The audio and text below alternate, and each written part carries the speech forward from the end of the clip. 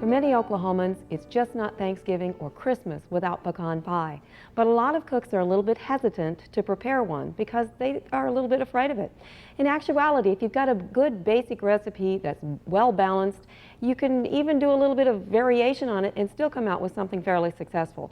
In order to see what happens, we're going to look at what happens in a pecan pie, what the ingredients do, and what happens if you vary them a little bit. The first ingredient is eggs.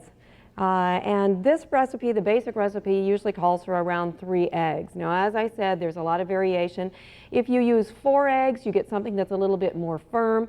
The function of the eggs is to provide some protein and primarily to provide the emulsifier so that you get a custard, because that's what we're actually making when we make a pecan pie. Now, another trick with the eggs is that you don't want to really foam them up. You want to beat them around enough so that you get them well blended, so that you get the yolk blended in with the white. But you don't want to beat them so much that the white actually foams, because when you get a foam, that foam is going to rise to the surface during baking, and it's going to coat the eggs and give you a sugar-coated pecan look instead of the traditional pecan look that we generally look for. The next ingredient is sugar. And here again, you have some flexibility. Most people are going to use granulated sugar. It's most readily available and it's the most usual. However, if you choose to use brown sugar, you can either use white brown sugar or dark brown sugar, but you're going to get some variation in your product. Now, what happens with the darker brown sugars, the darker you get, the more molasses you add, and that makes it more acid, so you get more of a molasses flavor. You also get more of a molasses look to the product.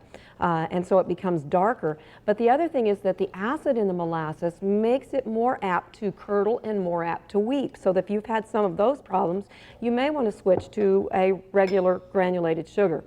The next thing I'm adding is some butter, and this is melted. The recipe calls for a tablespoon. You can actually add substantially more if you chose to.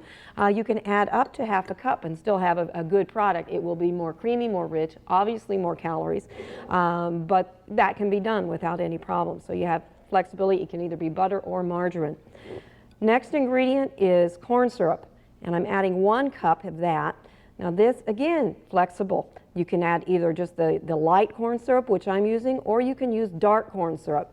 Dark corn syrup, again, has more of the molasses and becomes more acidic, so that if you combine the dark corn syrup and a dark sugar, you're really apt to get a curdled look to your pie.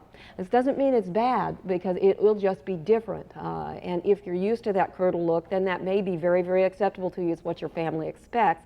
And that, in actuality, is what a lot of the quality goes back to. Your level of quality that you're shooting for is what your family's expectations are, particularly around the holiday time.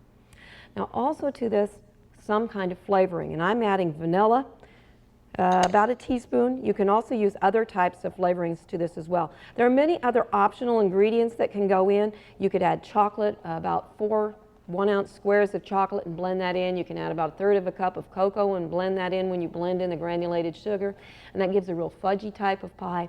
If you're going to cook this in the microwave, often you'll find flour added as an ingredient because that helps prevent it from boiling over.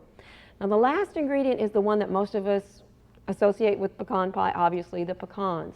Again, you have some choices depending on what you're used to. You can either add them as pecan halves, which I'm using here.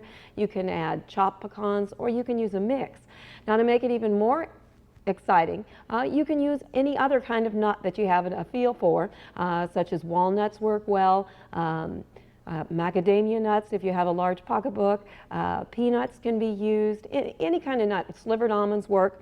And you can also use, instead of these or in a combination, you can use flake coconut, or you could use oatmeal.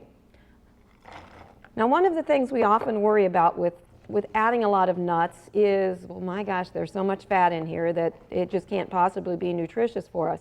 In actuality, what we find is that those people who consume nuts 5 times a week reduce their risk of heart disease and heart attack by as much as half. And those people who consume nuts just once a week reduce their risk by 25%. Now, what we believe is happening here is that while nuts are very, very high in fat, most of that fat, or over half of the fat, in the case of pecans, 57% of the calories from fat are monounsaturated. And that's the kind of fat that reduces your risk of heart disease, because it lowers your low density level or LDL cholesterol while maintaining the HDL cholesterol, and actually reduces total cholesterol. We also know that nuts are high in vitamin E, also reducing your risk because of its high antioxidant activity. So that while they're high in fat, they can be and should be a part of a nutritious diet. This, when you put it in here, if you want to take some time, you can decorate it by flipping all the nuts the same way so that they're all right side up or all upside down or have a cute little pattern to them, depending on how much time you have.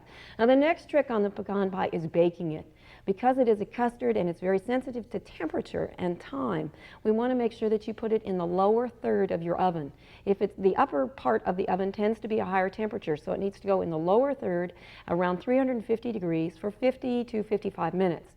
Again, a little bit of flexibility. If you want to cook it at 325 or 300, you can extend the baking time. You know it'll be done when you insert a clean stainless steel knife about half of the way towards the center. Insert it straight down. If it comes out clean, the pecan pie is done. Be very careful not to overbake. That's as much of a problem as putting it in too high a temperature. And again, either one of those things, you're going to be very apt to get something that curdles and weeps on you. Don't be afraid to try pecan pie this holiday season. No need to go to the supermarket or the bakery and get somebody else's.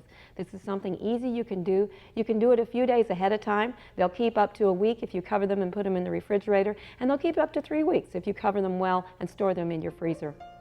For Oklahoma Gardening, this is Barbara Brown. We hope you enjoyed this video. It's part of our OK Gardening Classics YouTube channel. You can also find more recent videos on our Oklahoma Gardening YouTube channel. And join us on social media for great gardening tips, photos, and discussion.